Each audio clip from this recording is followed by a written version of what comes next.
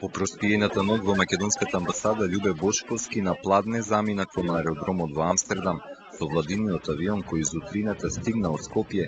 Со Бошковски кон Скопје замина и неговото семејство амбасадорот Шпресе Јусуфи и Владко Ѓорчев.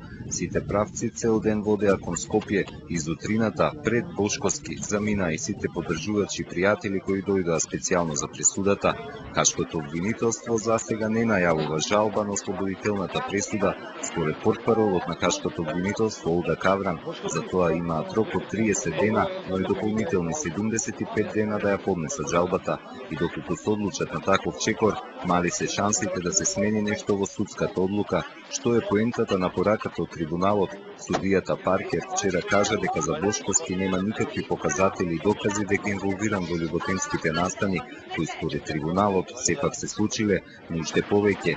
Обвинителите не ги донеле вистинските наредбодавачи. На хашките игри не подлегнал Тарчуловски и не кажал кој му ги давал наредбите. Тарчуловски зутрината го посети од македонската амбасада и Владко Ѓорчев.